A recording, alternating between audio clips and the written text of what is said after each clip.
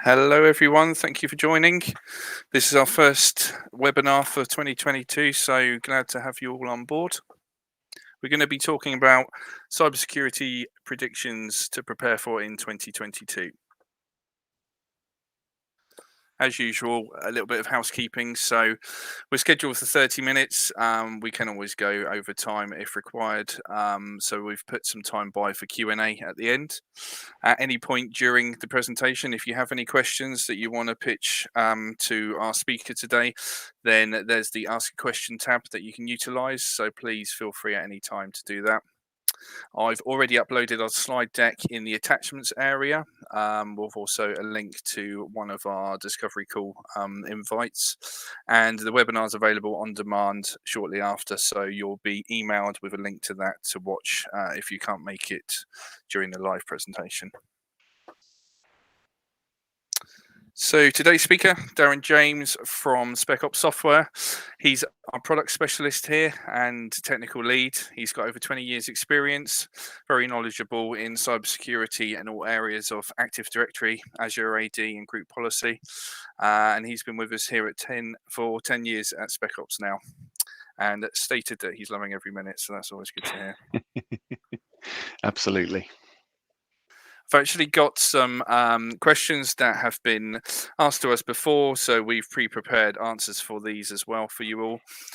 So I'll go through these. We're going to look at 5 questions around this topic, and as I've said, if you have any questions in relation to these, where you're looking for more information, or if you have another question related to cybersecurity, please feel free to drop it in the Ask a Question box. So first question today is, with the continuation of COVID-19, which has brought about remote work, rising ransomware threats, what steps will companies need to take to improve their security posture in 2022? All right. So yeah, I mean, it's a good question. Welcome again, by the way, to all of our subscribers that come on. So nice to have you all on the call again. But yeah, this question comes up all the time. Well, what can we do? How do we improve our security posture? The whole world's changed in the last 2 years. Where no one's sat in an office anymore. Lots of people working from home. That's unlikely to change anytime soon. And even when the world does go back to normal in inverted commas, I think the way that people work in a lot of organizations is going to be vastly different to how it was 2, 3, 5, 10 years ago. And of course, us as security people, we need to try and accommodate this. We've still got to try and keep the business moving, but we need to make sure that we do it in a secure way, because not only have the way that people work changed, but also the way the amount of attacks that are received every day has increased dramatically, because bad actors will look at these new ways of working, see that a lot of organizations are unprepared, and try and take advantage of that situation. So yeah, point one, secure all access points, including employees' devices. So yeah, we're not just talking about multi-factor on your VPNs or your Citrix servers or however you're presenting your desktops to your users these days, but the actual devices that they use as well. So that includes their own personal devices, maybe the bring your own device type scenario. So home computers, make sure that your data on those devices is safe. And how are we going to do that? Well, as it says underneath, if possible, make sure everything's encrypted. Um, these days, most mobile devices, whether you've got an Apple or an Android device, is encrypted by default. If you've got Windows devices, switch on BitLocker. If it's not company managed BitLocker, encourage your users, your end users, to enable BitLocker on their own devices. Implement multi-factor authentication to all network and cloud services. Yep, we all hate the password and have hated it for years and years and years, but it's still with us. But particularly now we're using lots of cloud-based services, you must have multi-factor authentication. There is no, well, we should do it. You must have it for every single application that you adopt, especially cloud-based ones. because they're publicly available.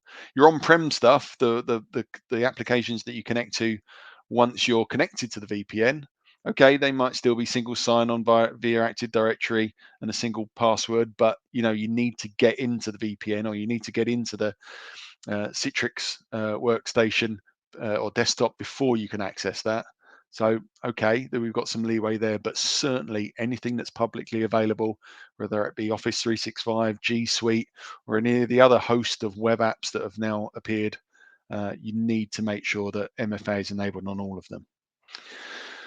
And of course, well, we're coming to that a little bit later, but there are lots of there's different flavors of MFA that we need to consider as well. But we'll talk a little bit about that later. And then finally, verify callers to the IT service desk. So, again, this is a symptom of what's really gone on in the last couple of years. With lots of people now working from home, you don't have that face-to-face contact with your end users anymore. Whether it's the service desk, don't know who they are. You might be employing new people again as your business comes out of the pandemic. That you may have laid people off, brought new people in.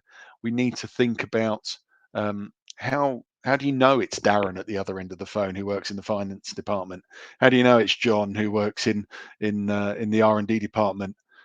We need to verify who's at the other end of the service desk, because we've seen it a lot recently where, okay, bad actors can't get through many layers of authentication.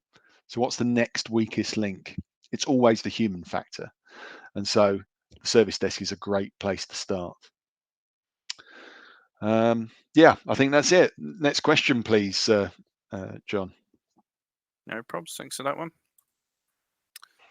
So, comparing to 2021, have you noticed any misperceptions or threats that aren't getting enough attention from a security perspective? Yeah, I mean, if you want to just go on to our answer slide for us, John. There we go. What's really been overlooked is is still the fact that there are a lot of compromised passwords out there. However way you look at it, people are signing up to cloud services, signing up to lots and lots of different applications to enable this new hybrid working platform. And so still using their same password. Yeah, the password that I use for every other system in the world, I'm going to still use on this other brand new system that I'm using, that we hasn't been tested, hasn't been properly vetted, and all of a sudden they become the headline news on the latest infosec security bulletin, saying this company's been hacked and password and credentials stolen. So we still very much need to focus on our end users and making sure that they understand that security isn't just about being something that's painful for them. To log in the morning to stop them from doing their job. The reason we have these passwords, and the reason we ask them not to reuse passwords, is that, and the reason we don't want them to be simple and easy to guess, is that it really affects the whole company. If it only takes one person to have their password compromised, and that can open a chink in the armor, and any bad actor can then access the network and then move laterally across the network to gain more and more elevated credentials. So certainly we need to still focus very, very much on that. The other problem that we've been seeing, or the other big issue that we've been seeing, is the supply chain type attacks. And we've seen this in some very large, very publicly reported leaks over the last year, where bad actors aren't just attacking your systems, they're attacking the software vendors that potentially protect or report on your systems. So yeah, I'm not going to name names. I'm sure you can think of the ones that I'm talking about. But yeah, we really need to be careful about what software we buy. Make sure we buy it from trusted sources. Make sure that their development and support practices are up to scratch, and also make sure that they've got good pen tests. They're willing to share pen test results. Try and do as much as possible to make sure that we're not letting somebody in from the side. So that's a really important step. Lots of people before, oh yeah, we know these spec ops guys, or we know Microsoft, or we know whoever. They're a trustworthy software company. We've bought software from them before. We can carry on buying software from them forever. You still need to check. That's a must these days. You've got to make sure that everything's patched as frequently as possible. Keep your eyes on those security bulletins. I know you might get fed up with those marketing emails that come from your different software vendors that you've purchased from in the past, but sometimes they do contain critical information about vulnerabilities that have been patched, and you need to make sure they're patched ASAP. And in fact, if you're ever thinking about moving towards Cyber Essentials, one of the new recommendations that's just coming out for that is that all vulnerabilities that you've been noted about must be patched within 14 days of notification. So, even the NCSC, UK government, are really clamping down on that now, really pressing that issue. And yes, password hygiene issues. We need to, as I said earlier, make sure users set good passwords. They're always, again, this comes down to it all ties in together really with the supply chain attack. We saw recently one software vendor allowed a text file which contained a password to be put on GitHub, and it was that password that was used to then compromise an FTP server, and from that FTP server they got hold of source code and injected their malware into the source code of a perfectly, previously very well trusted piece of software. So terrible password management, terrible password hygiene. It beggars belief how these things happen, but they do. And so software companies have to up their game. And I'm not just talking about security software, but all software companies have to up their game. And we, as software purchasers, we need to make sure that we hold them to account as well. Thank you, Darren. No problem. So, question number 3. Given Microsoft's claims that the passwordless future is here, what are your predictions for the password in 2022? I love this question. It's my favorite question. So passwordless. Oh, it's nirvana, isn't it? Imagine if we could all log in with retinal scans and fingerprints and breathing on sensors.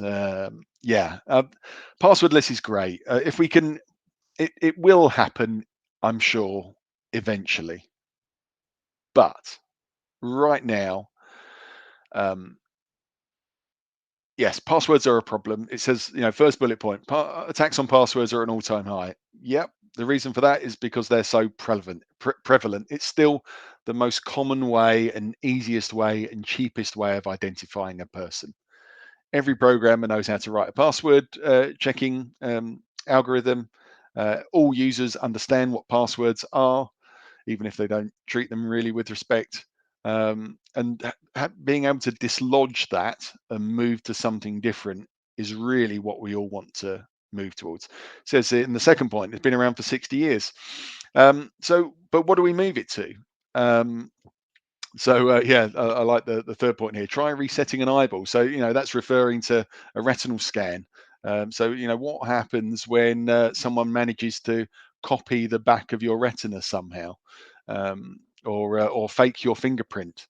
You can't shave your fingerprints off. Well, it would be pretty gross if you did, or change your eyeballs. So it's always got to come in as a multi-layered approach. You certainly shouldn't just rely on one factor to identify your users. It should always be multi-factor. So, and whether that's a password plus something else, or a password, and that something else could be a mobile code, not the best these days, because again, it's very easy to clone somebody's phone, or maybe if you haven't got any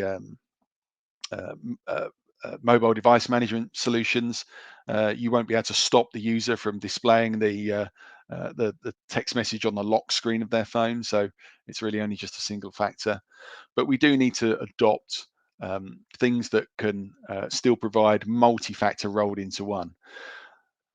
The passwordless, from Microsoft's perspective, is really talking about Windows Hello for Business. And and that's great. I use it myself, but it's really a convenience factor right now rather than a true security factor. It's really easy for me to switch on my camera in the morning or switch on my laptop in the morning. My camera comes on, I look at my screen and I'm logged in, but I've still got my password underneath that. So if my camera breaks, I still need a way of logging in. Now, Microsoft's idea about this is that you can switch off passwords. So they do give you that option, but if your camera breaks, you can log in with a PIN. So rather than my 21 character passphrase that I use, I can log in with a 6-digit 0 to 9 PIN instead. Where's the security there? That would be my question. Now, I know that that PIN only works with that particular device, but again, we're now talking about devices that are in an unprotected network, maybe a home environment. Laptops and houses get broken into all of the time. It's not beyond belief or beyond belief that that your laptop could get stolen, your phone could get stolen, and then someone's got the ability to then work on those devices. So again, we need to think about what passwordless means. Think about the hardware that we've got deployed to our users. Is it possible without spending huge amounts of money on various cameras and fingerprint sensors and new keyboards and certificates and RSA tokens and other hardware tokens? How do we get our users to adopt this? So again, going back to one of the points before, we still need to make sure that passwords are going to be good for a long time more. We still need to try and push out multi-factor authentication wherever we can. However painful it may be, we need to be able to get our users to start using things like Apple Touch ID and Face ID and Google Fingerprint on their phones. Even my dad's worked out how to do Face ID on his phone. He's quite comfortable with that now.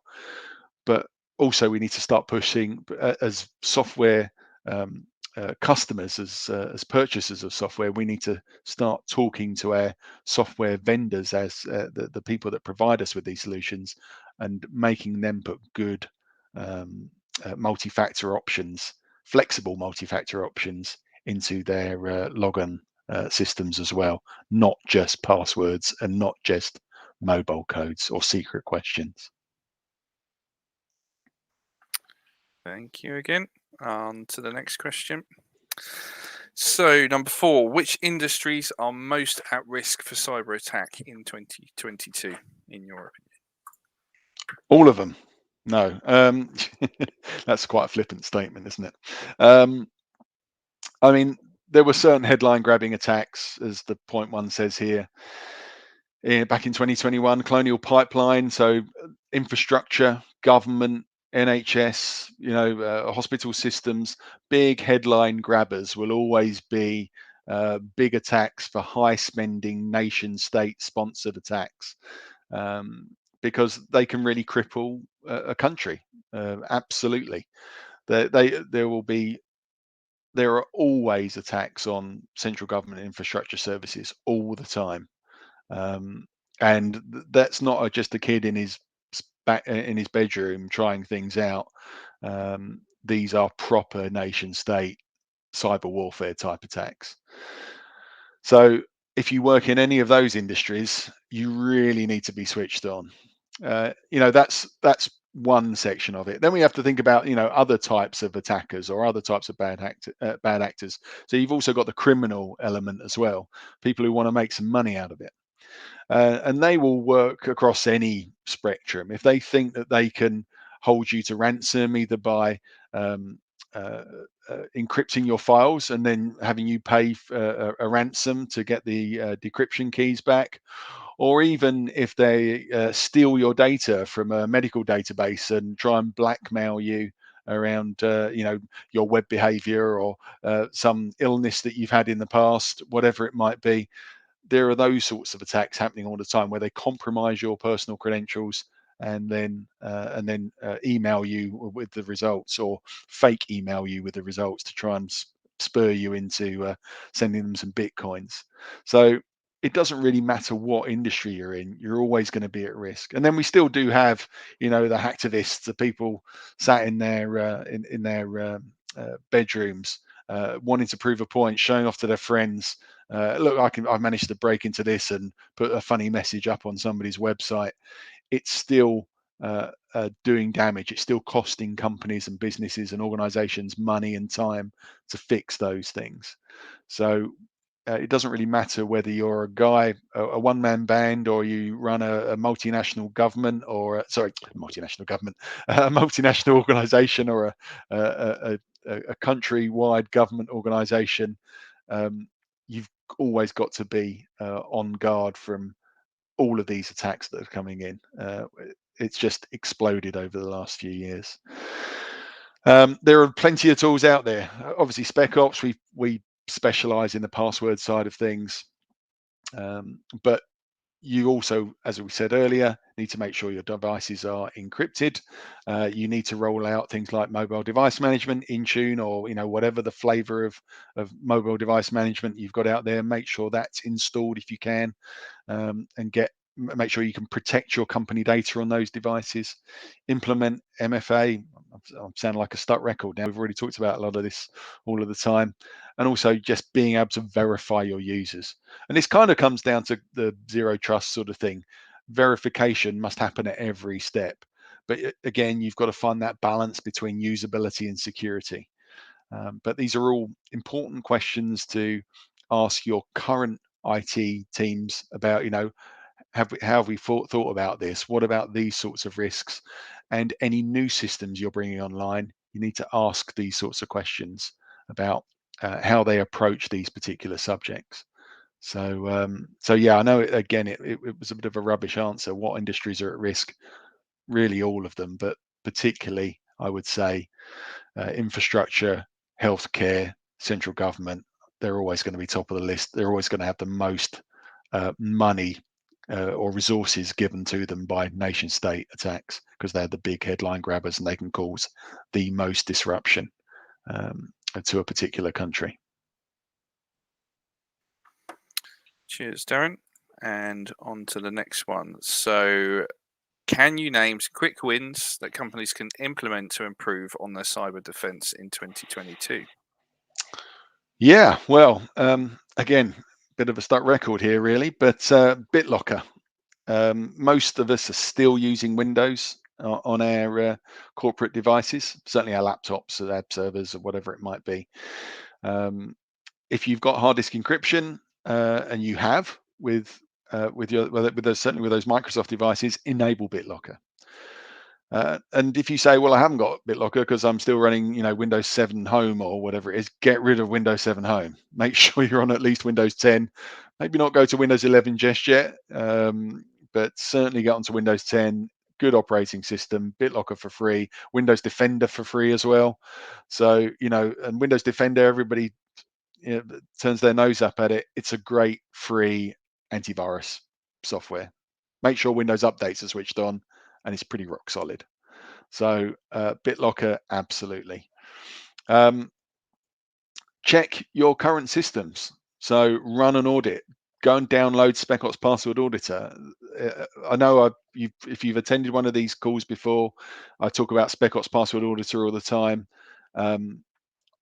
It's a free piece of software. I'm not making any money out of it, or Spec Ops isn't making any money out of it. It's totally free.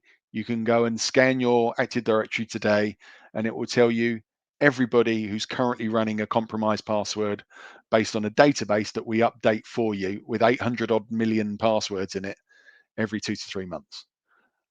So really, if you've got free tools like that available to you, there should be nothing stopping you from downloading that and running in your organization. It's totally the best quick win you could ever have. That one is. Cybersecurity awareness training. Users need to understand why it's important.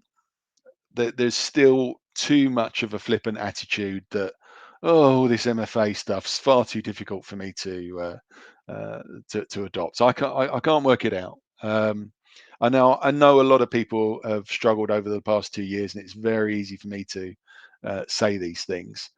But I think what end users still need to understand is how critical a part they play in cybersecurity, and whether that's letting your kids play with your company laptop when you're doing homeschooling, or using a home device that your kids have installed a bunch of games on, and pirated software that they've downloaded from their mate, and you're now logging into it with your corporate credentials. You still need to make sure that there are certain ways to behave, and there are when it comes to cybersecurity and your business and your work, and really that also translates into your private life. So I think sending out a, even an email, but even better, doing face to face or Teams or Zoom or whatever meeting system you use, try and organize a meeting, get it discussed within Teams as well, make it a hot topic. Even things like phishing, again, phishing attacks are on the increase. Make sure that people don't click on links in emails, or make sure people check um, that it is actually John emailing Darren with a new PowerPoint. Does any of the wording look weird in that email? Don't just open it. I always tell my staff to, if they're not sure about an email and they haven't got anybody else to check with, open it on their phone first, because it's less likely to infect a phone than it is the Windows machine that you're running it on. So little very helpful things like that can go a long way of just raising the profile of security awareness. Cyber Essentials. That's a qualification, if you like, from the UK government. So you can say your company is Cyber Essentials mandated. Spec Ops UK is. We went through this process last year. It wasn't difficult. In fact, it was very easy. But it does give, certainly for us, you'd hope, as we're a security company, but it certainly gives you some great pointers. So they'll give you an assessment form, you can fill it out, and it really does shine a torch on where you need to be thinking. So, and it might give you some ideas of, oh yeah, we didn't really think of it from that perspective. Maybe we need to go and do something about it. So absolutely look into getting your Cyber Essentials accreditations. Yeah, MFA where possible. I know I've said it before multiple times through this presentation, but please, please switch it on. I know it will be painful for some users, but it's well worth them doing it. And they will ask the question once, twice, three times, but maybe after the third time that they've asked you about it, they might actually get it. And whether that's using secret questions or mobile codes or YubiKeys or Touch ID or Face ID or RSA tokens or Google Authenticator or Microsoft Authenticator or Okta Verify or Ping ID, I can go on and on and on. Make sure that you've got something other than just a password. Yeah, document verification process. So really, make sure that when a user calls the service desk, the service desk knows what to do. How do I know, as I said earlier, it's Darren at the other end of the phone or John at the other end of the phone, and whether that you use a third-party tool for that, like SpecOps Secure Service Desk, or whether you query something in the HR system, maybe their employee ID or home postcode, something other than, oh yeah, I just recognized his voice. That's not good enough these days. You need to have a verification process when anybody calls the service desk or the IT team, especially asking for password resets or access permissions to a certain website or file or folder or whatever it might be. You need to check that it is that person at the other end of the phone. And of course, if you want to discuss any of this stuff in more detail with me or with any of my colleagues, please go to specopsoft.com/bright talk and and arrange a call with us effectively. As I say, having a call with us doesn't cost you anything other than time. If you want to look how Password Auditor works, you want to talk about any of our solutions, we don't pressure anybody into buying anything. we're just happy to talk to people. So I encourage you to take us up on that offer. I'm more than happy to discuss these things. Yeah, I'm very passionate. I wouldn't have stayed with SpecOps for the last 10 years if I wasn't passionate about what we do. So please do take us up on that offer. Thank you, Darren. So on to the Q&A. We've got a couple of minutes. We are on the 30 minutes point already, but we've got a couple of minutes to go through some of these questions. So one here about what balance do you recommend for the training versus technical controls and technology? I suppose that's coming from perspective of Yeah, not taking away user experience from too many people. I mean, it's they really come hand in hand. You can't really do one without the other. So you could put in some new technical control to stop users doing things in a certain way, but you know what's going to happen as soon as the user realizes that they can't set password one with a capital P as their password anymore. They're going to ring the service desk up and say, "Oh, it's telling me my password isn't complicated enough. What am I doing wrong?" So although it's great to put technical controls in, you need to explain to people what you're doing and why you're doing it and why it's important. So unfortunately, you have to do both. Um, and it's all very well doing the training, but if you don't enforce what you're trying to tell them, then they'll just go back to their old habits again. Especially within our realm, within passwords, people have been brainwashed into thinking that a capital letter at the beginning of their password and a number at the end and some lowercase characters in the middle is a perfectly good password. But you know that it isn't. I know that it isn't. And every bad actor in the world knows that it isn't as well. But that doesn't stop people from doing it. So you do need to come up with a good um, training, end user training, and a good way of enforcing what you're trying to achieve. And whether that's more complicated or less complicated more complicated passwords or less complicated passphrases, whether you want to reward them for making a good choice, maybe giving them a longer expiry time. There's all sorts of ways you can tackle this, but really you need to do both at the same time. Thank you. So with advancements in detection, do you see phishing and ransomware threats increasing in 2022? Yes, always. They're so easy. So yes, lots of corporate devices have got some fancy anti-malware or spam detection solutions in place. But again, they're always just like antivirus. They're always playing catch up. So an uncompromised mail server today might be perfectly good, but who's to say that mail server isn't compromised tomorrow? Or someone's account hasn't been compromised, and now your attackers are using a legitimate account to send phishing and malware out via email. So yes, it's that is the easiest way you can steal credentials or gain illegitimate access to systems. So phishing will always be a prime attack vector. So yeah, don't put all your faith in the anti-malware solutions that you've got in place.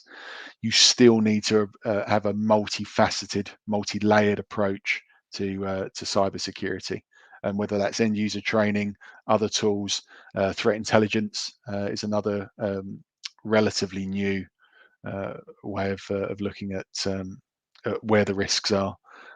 You need to put all of those pieces in place. Great, thanks. I'll just go through these last two questions as well here, because there's a few that we won't be able to get to today as well. Okay. When passwords are included as part of MFA or 2FA, can we relax on the password complexity requirements? Yes, maybe. It depends whether your passwords are used anywhere else. So yes, um,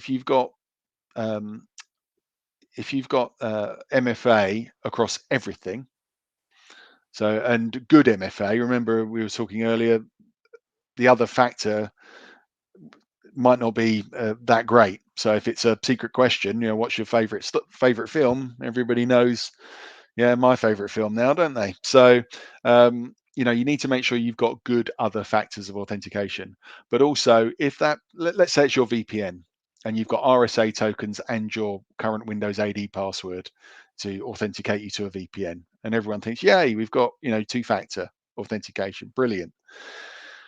But that AD password might also be used for single sign-on into other applications, which may not have MFA. So you really need to make sure that everywhere's got MFA before you can start relaxing your password policy. That would be my take on it. But yes, once you've got good MFA options for all systems, yes, you could then think about reducing your password. But always bear in mind, this isn't a static situation. Situations change all the time. You'll be buying other pieces of software, and you need to think about how those will react did they have equally good MFA? That should be part of your purchasing decision as well. How tightly can I control access to this new application that I'm buying? Thanks, Darren. This will be the last one. So, what's your view on password managers? Password managers, great. Use them. Absolutely. Whether they're the free ones that you have in your phone, the ones that come with Safari or Chrome built into your phone, or the ones that are built into your browser, absolutely use them. Encourage your users to use them. But again, just remember they're not a silver bullet. They won't protect things like your Windows credential, for instance, your login, your AD credential.